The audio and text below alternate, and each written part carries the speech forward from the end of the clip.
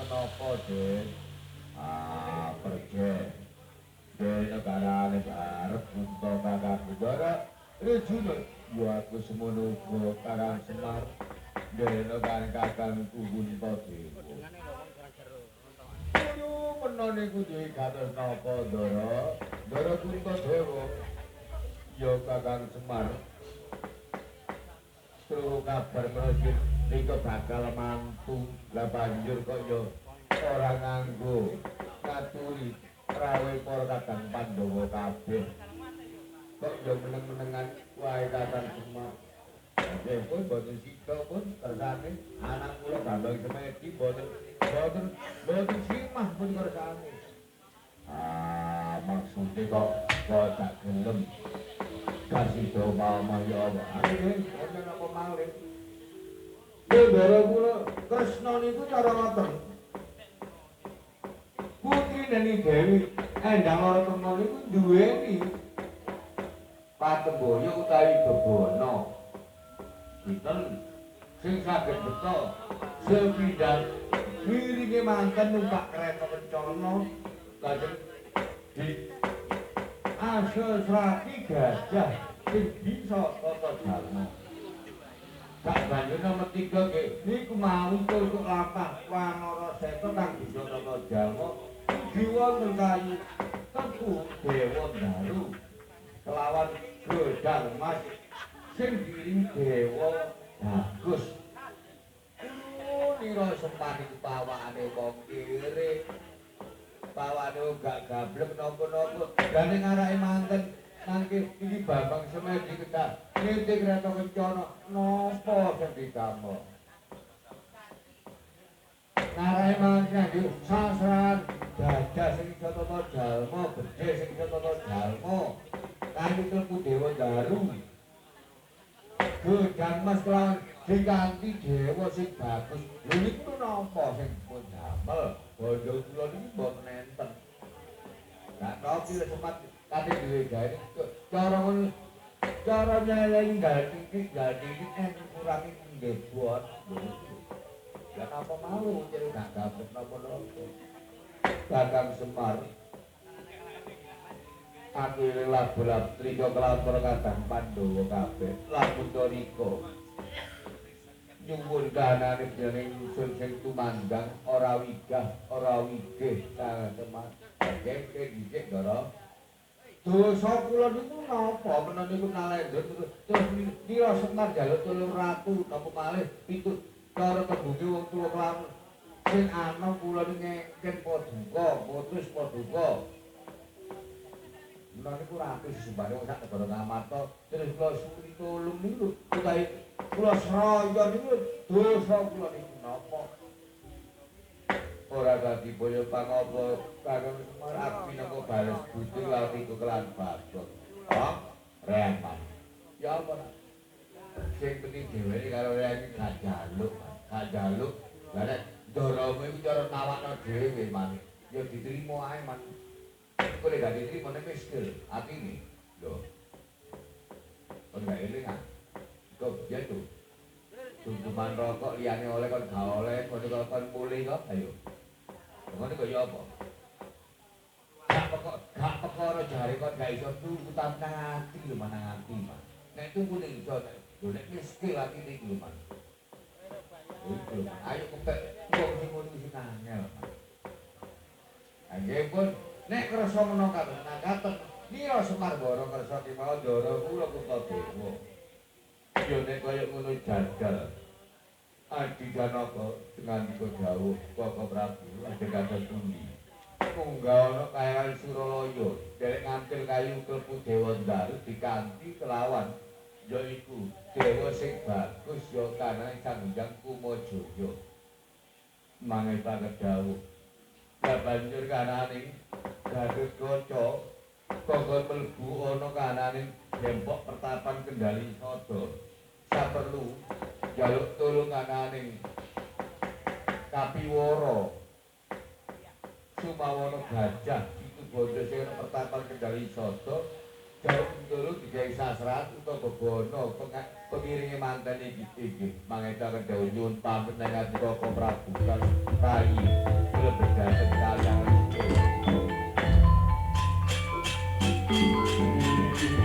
Ayo, atur bro. Tiga waktu. Ayo yang aku tidak semangat tiga waktu saya tadi.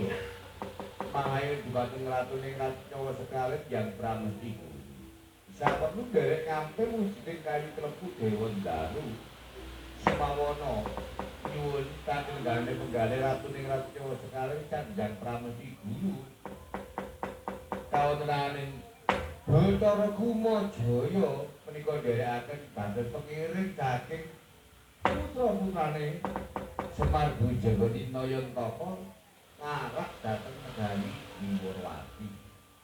Gantos ingkang winusita anyayosaken kawula Gatotkaca. Sumawon garikane jomblo ika manjing dhateng Dempok Pertapat Kendari Sada. Mayu dumateng Reksi Begawan Kapiwara Kadya dene membato candraning Dempok Pertapan Kendari Sada.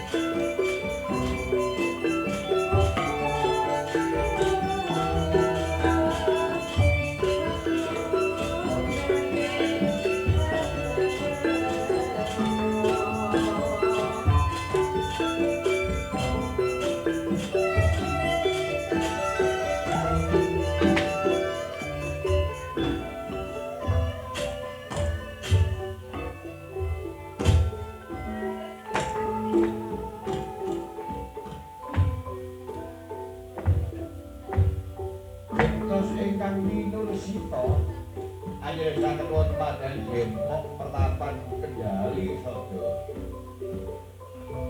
Gajah Condro Candang Dempok Pertapan Kendali Sada prasasan saking papan peramean.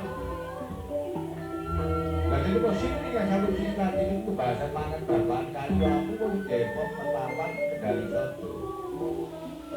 Desa Poncowati Putri kalau imuni Anoman Prabojono Wisenggono Bayu Sito Wiregsi Gawan Kabiwono ingkang sampun mangayu kawulan Gatotkaca Granipun boyo di Jambang Tenungko berkanti lawan Mangun Jiwangsa Gejawla Ita saperlu honi dawuh Kanjeng Wasinira kawulan Sri Prabu Kuntadewa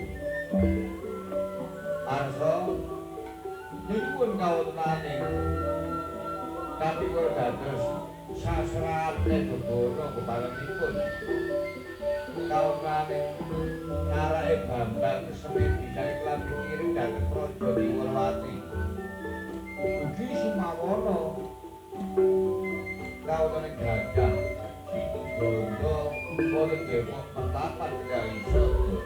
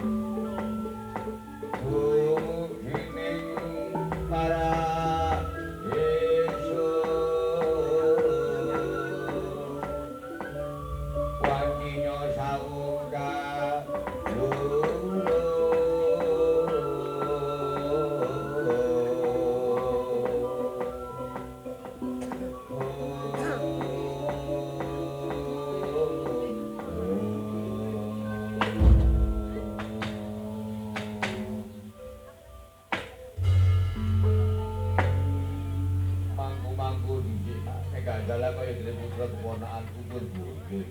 Inggih wong kajinggan kula Gatotkaca. Kirang munggah Depok Pertapan Kendali Sada wigati apa nak? Gatotkaca kasiyen eta kedawuh. Mundi dawuh Kanjeng Prabu Sinten Kuntadewa. Mbok bilih sak menika kangen atmajane. Nggih menika Kanjeng Semar menika bakal polo promo kawonaning Kanjeng Semar utawi Kakang Semar menika bakal ngunduh mantu Ya banjur sing dimanto nengke nyeten Wawira.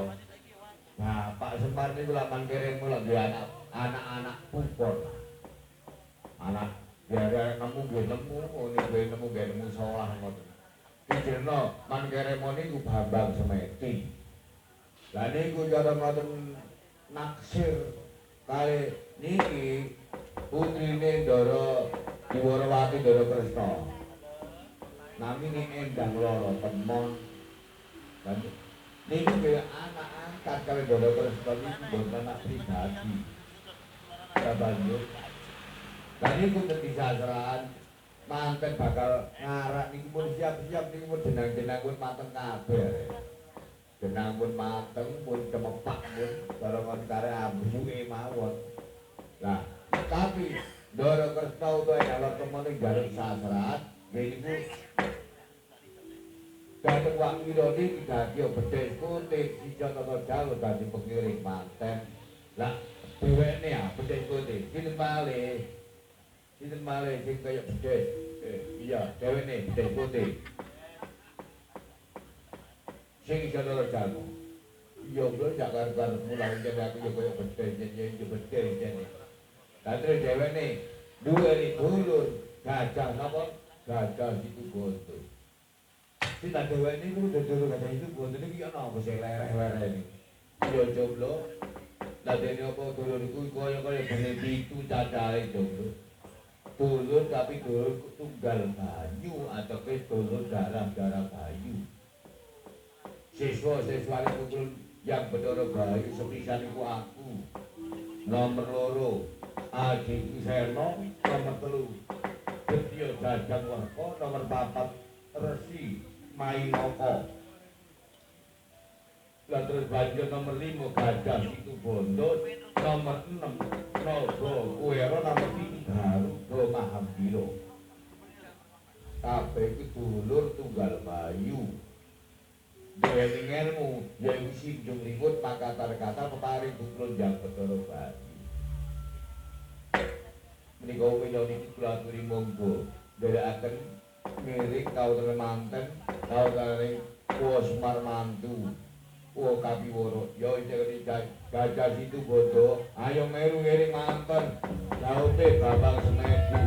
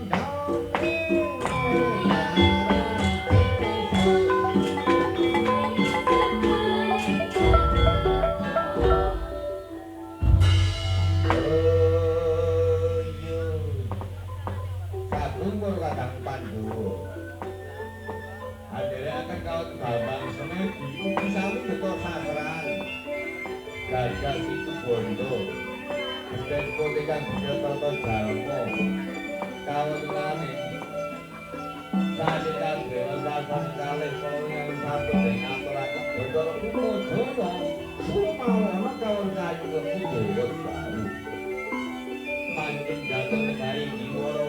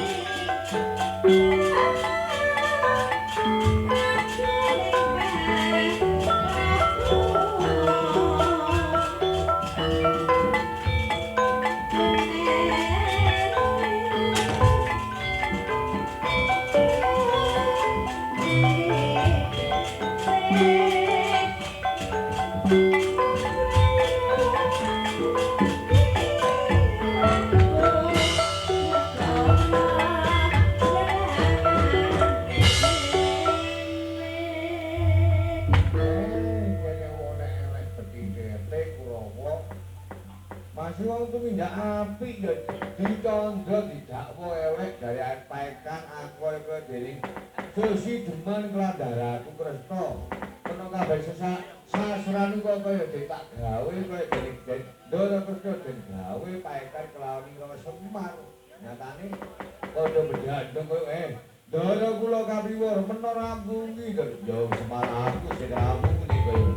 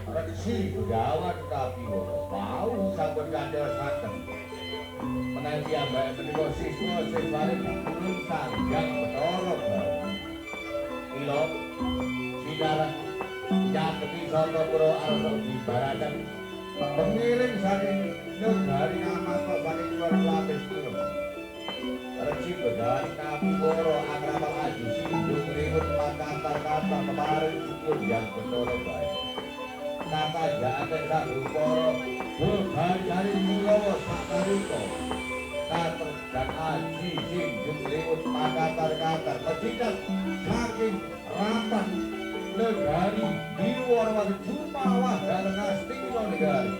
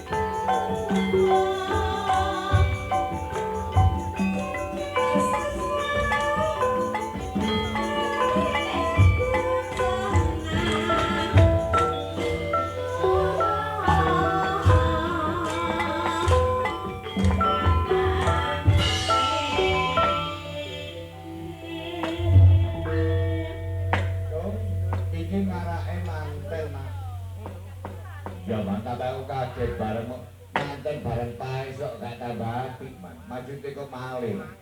Lah mangke Ndara ya adikku Bambang Semedi kok malih terus mari ngono kanane bar dibetukno endang lara temon kok ya malih. Tanggane mira Semar kuwi serona. Sapa sedanane kanane yaiku Bambang Semedi ku sapa sing tak pepil dadi anak angkat putra anakku kupon mau. Iya Mas sampun. Dara Monggo Wijaya itu. Lho, Dara Wijaya lha sing endang lara temon. Lah yo bojone dhewe. Ya ampun. Lah iki Dewi Siti Sendari sing Dewi Siti Sendari. Lah Dewi Siti Sendari lah putra Dara Kresna iya to. Lho Dara Kresna karo sak jane jero tak nek dene kecuri mang lah yo buyar udan. Yo luwe de guri iki nek endang lara temon Dewi Siti Sendari lan nek kahanane yo Bambang Semedi sing tak pipil anak perempuan iku mang Dara Monggo Wijaya yo. Ya, lah tiba sandiwara, Bang. Lah tak gawe sandiwara sing kaya ngono. Lah nek ngene aku lak sida mantu waduh. Ya ya ngono, Jawa ya sembarang lah karep. Oh, yo. Sampun paripurna anjenengan iki dalam romantik dosa angelan pingin patucal sedalu nafas. Kanthi babar kaya Semar mantu kaya. Yo. Kami sesanti matur nuwun rawuh sedherek matur paksih dhateng papan guru piyambak kami sesanti jaya dewi jayanti kami